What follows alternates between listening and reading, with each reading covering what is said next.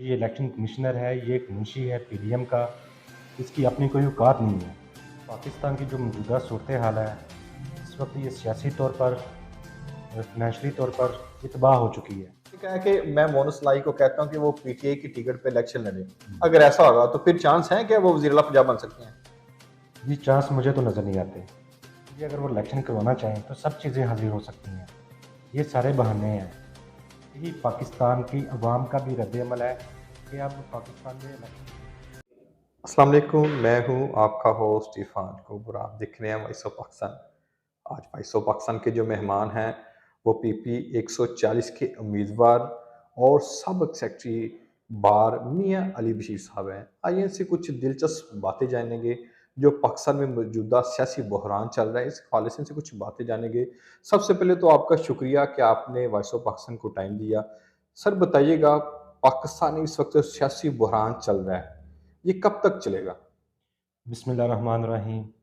देखें जी, पाकिस्तान की जो मौजूदा सूरत हाल है, इस वक्त ये सियासी तौर पर, फाइनेंशियली तौर पर ये तबाह हो चुकी है। जो हमारे अदारे हैं, हमारी एडमिनिस्ट्रेशन है, इम्पोर्टेड गवर्नमेंट है, इन सबको चाहिए कि पाकिस्तान में अब फ्री एंड फेयर इलेक्शन करवाए ताकि पाकिस्तान अपनी सिमत की तरफ रवां दबा हो। ये जब से इम्पोर्टेड गवर्नमेंट आई है तब से लेके आज तक आप देख लें पाकिस्तान को उन्होंने कहाँ पे धकेल दिया है। मैं इन सबसे रिक्वेस्ट भी करता हूँ और यही पाकिस्तान की अवाम का भी रद्द-ए-अमल है कि अब पाकिस्तान में इलेक्शन होने चाहिए। नहीं तो ये पाकिस्तान जैसे बांग्लादेश वाला वाक़या हुआ है, ये उस तरफ जा रहा है। इलेक्शन कमीशन की जानब से वफाकी गवर्नमेंट से 14 अरब रुपए का फंड मांगा गया था, लेकिन उन्होंने फंड देने से इनकार कर दिया है। वजीर दाखिला ने भी और जो वजीर दफा हैं उन्होंने भी सिक्योरिटी देने के लिए मना कर दिया गया है। अगर इलेक्शन के लिए फंड ना होंगे, सिक्योरिटी ना होगी तो इलेक्शन कैसे होगा? देखें जी, अगर वो इलेक्शन करवाना चाहें तो सब चीज़ें हाज़िर हो सकती हैं। ये सारे बहाने हैं। पहले भी कहा है, फिर कहते हैं। जो ये इलेक्शन कमिश्नर है, ये एक मुंशी है पीडीएम का, इसकी अपनी कोई औकात नहीं है।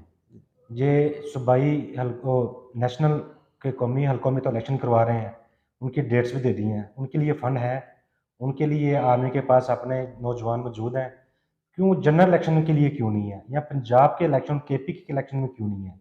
ये सब इनकी मिलीभगत है। उनको पता है कि अगर आज इलेक्शन हो जाते हैं तो इनको मुंह की खानी पड़ेगी। अदालत की जानब से जो 45 अरकान हैं उनको बहाल किया गया था, लेकिन स्पीकर असम्बली ने उनको अंदर आने की इजाज़त नहीं दी। इस वाले से आप क्या कहते हैं? देखें, ये अदालतों को तो मान ही नहीं रहे। जब इस्लामाबाद में बल्दियाती इलेक्शन होने थे, अदालत ने कहा था इलेक्शन करवाएं, वो भाग गए इलेक्शन से। ना इलेक्शन का अमला आया ना खुद। उन्होंने मजाक समझा हुआ है, हर एक चीज़ को ये मजाक समझ के आगे चल रहे हैं। ये इनके लिए भी और पाकिस्तान के लिए भी ये बहुत बुरे हालात हो जाएंगे। जो कर रहे हैं वो अपनी मन मर्जी कर रहे हैं हर मामले में। वो सोचते हैं कि हमारे पीछे ताकतें मौजूद हैं, इसलिए वो अदालतों के फैसलों को हवा में उड़ा रहे हैं। पीटीआई पहले कहती थी कि हम एपीसी का हिस्सा नहीं बनेंगे। अब वो कह रहे हैं कि हमें एपीसी के लिए कोई दावत नहीं दी गई, क्योंकि हम उसमें शिरकत करना चाहते हैं। ये किस हद तक ये इस बात में सदाकत है? ये देखें, जब पहले हमने कौमी असम्बलियों की से इस्तीफ़े दिए थे तब हालात और थे। उसके बाद हमने अपने पंजाब की और केपीके की गवर्नमेंट को तहलील की है। जी। अब हालात और हैं। हम अपना अपोजिशन लीडर वहाँ बिठाना चाहते हैं ताकि डायलॉग्स कर सकें। अब वो भाग रहे हैं। पहले वो कहते हैं जी इस्तीफ़े मंजूर नहीं कर रहे। जब हमने कहा हमने असम्बली में जाना है, फिर उन्होंने मंजूर कर लिए, और जिनकी मेल की उन्होंने वो भी मंजूर कर लिए। हाई कोर्ट का ऑर्डर है, सुप्रीम कोर्ट का भी ऑर्डर है। वो जो 45 थर्ड रो में हुए हैं वो जी। इस्तीफे, वो काबिल मंजूर नहीं है। अब इंशाल्लाह अपोजिशन लीडर पीटीआई का वहाँ मौजूद होगा इंशाल्लाह। मरीम नवाज कहती है कि जो पाकिस्तान तहरीक इंसाफ के चेयरमैन हैं इन्होंने जेल बरोत तरीक का आगाज़ किया गया है। वो सबसे पहले अपनी बेगम से शुरू करें और फराह गोगी से शुरू करें, क्योंकि उन्होंने भी करप्शन की है। इस वाले से आप क्या कहते हैं? जी, मरियम नवाज़ का मैं क्या बताऊँ, ऐसी लीडर हैं पाकिस्तान में जो बाहर जाती हैं सिर्फ सर्जियाँ करवाने के लिए। जो बाहर जाती हैं, बाहर जाके उनके मामलात कुछ और होते हैं। वो पाकिस्तान के बिल्कुल ख़िलाफ़ सियासत करती हैं मरियम नवाज़। उनकी कोई भी स्पीच देख लें, उनके कोई भी बयान देख लें, वो पाकिस्तान के हक़ में कभी हुए ही नहीं। जो जेल भरो भरो तहरीक है, उसमें पीटीआई के जो लीडर हैं, पीटीआई के वर्कर हैं, उन सब का उन्होंने सब ने हिस्सा डालना है। लेकिन मरियम नवाज़ से बंदा ये पूछे, आपके वाला साहब तो इंग्लैंड में हैं, आपकी कोर कमेटी की मीटिंग इंग्लैंड में होती है, आप में हॉस्पिटल जाना होता तो इंग्लैंड में, जब गवर्नमेंट करनी है आप पाकिस्तान आ जाती हैं। आपके मुंह से तो अच्छा नहीं लगता ये पाकिस्तान के बारे में बात करना। आप तो बिल्कुल ही आपके मैटर सारे बाहर पड़े हुए हैं। इमरान खान साहब कहते हैं इलेक्शन कराओ, मुल्क बचाओ। वो असम्बली में तो बैठते नहीं हैं। अब फिर उन्होंने ऐलान किया था कि मैं जो खाली हिस्से होंगे उन पर इलेक्शन करूंगा। जब वो असम्बली में बैठेगी नहीं तो फिर उन्होंने इलेक्शन लड़के क्या करना है? आपको लगता है ये असम्बली है? आपको जी लगता बिल्कुल। है कि ये एमएनए और एमपीएस हैं? देखें, एक बंदे ने अपनी दो सूबों की गवर्नमेंट को तहलील किया है, गवर्नमेंट कुर्बान की है। वो किस लिए की है? पाकिस्तान के लिए, पाकिस्तान की आवाम के लिए की है उन्होंने। उनके पास दो सूबों की गवर्नमेंट थी। अगर उन्होंने असम्बलियों में इंजॉय करना होता, अपना माल बनाना होता जैसे बाकी करते हैं, तो दो सूबों की तो गवर्नमेंट उनके पास थी ना। जिस असम्बली की आप बात कर रहे हैं वो असम्बलियाँ नहीं है, वो मिनी मार्शल है। अगर इलेक्शन ना हुए 16 मार्च को, फिर पीटीआई क्या लाएमल अख्तियार करेगी? देखिए, अगर 16 मार्च को इलेक्शन नहीं होते तो पीटीए के तमाम वर्कर और लीडरशिप रोड्स पे होगी। ये पाकिस्तान को जाम करेंगे। हम अपना हक लेना जानते हैं, हम अपनी आज़ादी लेना जानते हैं। बहुत अरसा गुजर गया है, बहुत टाइम हो गया, हम देख रहे हैं आजकल 75 साल इस दौर में गुजर गए हैं कि पाकिस्तान अपने पाँव पे खड़ा होगा। लेकिन अब अदारों को भी पता चल गया है, अवाम को भी और अदलिया को, सबको, कि अब ऐसे नहीं है। हम रोड्स पे आएंगे और पाकिस्तान को जाम कर देंगे। आप समझते नहीं है कि मुल्क पहले ही बहरान का शिकार है? अगर इलेक्शन कराएंगे तो फिर मुल्क में जो है मजीद बहरान आ गया। मुल्क के पास पैसे पहले नहीं है, खजाने खाली हैं। अगर पैसे नहीं होंगे तो इलेक्शन कैसे पॉसिबल है? जी, मर्सिडीज़ गाड़ियों के लिए पैसे हैं इनके पास, जो इम्पोर्टेड गवर्नमेंट ने इंपोर्ट की हैं। देखें, ये बात नहीं है कि पैसे इनके पास नहीं है, इनके पास इश्तिहारों के लिए पैसे हैं। पाकिस्तान का अब वाहिद जो हल है ना, वो इलेक्शन ही है। विदाउट इलेक्शन सेटेबिलिटी आ ही नहीं सकती इस मुल्क में। इसलिए हम चाहते हैं इलेक्शन। भाई, जमहूरी गवर्नमेंट है ना, जमहूरी हक है हमारा, तो सबको मैदान में आना चाहिए। इलेक्शन से भागने वाली तो बात ही कोई नहीं है। वो कहते हैं जी वोट को इज्जत दो, तो इज्जत तो तब मिलेगी जब आप वोट लेंगे। अगर आप दूसरे तरीके से सामने में जाके बैठेंगे, फिर वोट की इज्जत कहाँ गई? खैबर पख्तूनख्वा के जो गवर्नर हैं, उन्होंने कहा है कि जो साबिक वज़ीर आला खैबर पख्तूनख्वा थे, परवेज़ खटक साहब, वो अब आइंदा इलेक्शन में किसी और पार्टी के टिकट के साथ इलेक्शन लड़ेंगे। क्या ये बात सच है? ये उनकी खाम ख्याली है। उन्हें पता है जी, परवेज़ खट्टर साहब खान साहब के बहुत अच्छे दोस्त भी हैं और वो बहुत अच्छे एडमिनिस्ट्रेशन भी हैं। उन्होंने पूरी गिरफ्त की हुई है अपने केपी की सूबे पे। ये उनकी खाम ख्याली है। हाँ, ये हो सकता है कि नून लीग के बहुत सारे एमएनए नेक्स्ट एमपीटीआई में शामिल हों। हुकूमत की जानब से जो सेहत कार्ड था, जो गरीबों का एक वाहद सहारा था, जिससे वो किसी भी हॉस्पिटल से अपना मुफ्त इलाज, मुफ्त दवाइयाँ ले सकते थे, हुकूमत ने वो बंद कर दिया है। क्या ये अच्छा लाएमल है? देखें, 35 सालों में पीटीआई की गवर्नमेंट हो, नून लीग की गवर्नमेंट हो, कभी भी उन्होंने आम आवाम के मसले को हल नहीं किया, उजागर नहीं किया। उन्होंने हमेशा उन मंसूबों पर काम किया है जिसमें करप्शन की जा सके, कमीशन ली जा सके, और जो ऑन द वे मीडिया पे नज़र आए। लेकिन आम आवाम, आम आदमी की हालत को वो नहीं समझते। खान साहब ने जो ये काम किया था, ये तो 70 साल क्या, जब से हमने देखा किसी भी लीडर ने ऐसा काम नहीं किया है। एक गरीब बंदा 10 लाख का इलाज अच्छे हॉस्पिटल में करवा सके। हमें क्या चाहिए? हमें सेहत चाहिए, हमें तलीम चाहिए, हमारे बिजली और गैस में सब्सिडी चाहिए। अगर आम आदमी को ये चार चीज़ें प्रोवाइड हो जाए ना, तो आवाम खुशहाल हो जाएगी। खान साहब तो यही कर रहे थे ना। सेहत उन्होंने फ्री कर दी।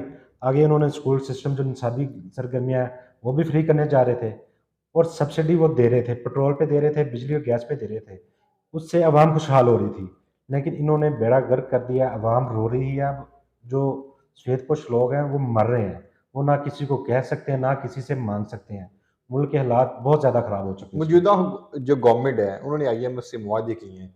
आईएमएफ ने कहा है कि वो पेट्रोल और दीगर जिन पे गवर्नमेंट ने जो सब्सिडी दी थी, वो ख़त्म कर दी है। अवाम के ऊपर मज़ीद बोझ डाला जा रहा है। आप समझते हैं जो मौजूदा गवर्नमेंट ने आईएमएफ से वादा किया है, उससे अवाम का कुछ भला होगा? वाम का कैसे भला हो सकता है जी? वाम तो पहले ही पिस रही है। अब पेट्रोल देख लें, 260 का हो गया है। अब ये 50 पे और महंगा करने जा रहे हैं। आईएमएफ से जब भी मायदे होंगे, आईएमएफ की शराइत पे अवाम और मुल्क की तबाही होती रहेगी। जब कभी आप आईएमएफ के पास जाते हैं और अपनी शराइत पे उनसे मायदे करते हैं, तब अवाम का फ़ायदा होता है। देखें, खान साहब ने जब उनसे मायदे किए थे ना, खान साहब ने एक टारगेट अचीव किया हुआ था। टारगेट के ऊपर जितनी भी टैक्स कलेक्शन हुई है, उससे सब्सिडी हो रही थी। वो खान साहब कहते थे आईएमएफ को, आपका जो टारगेट है वो अचीव हो चुका है। उसके ऊपर जो हमारी कलेक्शन है वो अवाम को मैं फ्री दूँ, सब्सिडी दूँ, हमारी मर्ज़ी है। अब इन्होंने कलेक्ट भी कुछ नहीं किया। इन्होंने सिर्फ अपने केसेस माफ़ करवाए हैं, करप्शन की है। और इन्होंने कोई काम नहीं किया। 10 माह में इन्होंने एक भी ऐसा काम नहीं किया जिससे अवाम कह सके कुछ 5% तो हमारे ऊपर मेहरबानी हो। एक काम इनका ऐसा नहीं है। हालात मजीद बिगड़ते जा रहे हैं। डेली चोरियां, डकैतियां, वारदातें बढ़ती जा रही हैं। आगे आने वाले दिनों में अगर हालात को कंट्रोल ना किया गया तो हर गली मोहल्ले में ये काम होंगे। साबका गवर्नमेंट जबकि पीटीए की गवर्नमेंट थी, उन्होंने भी आईएमएफ से वादे किए।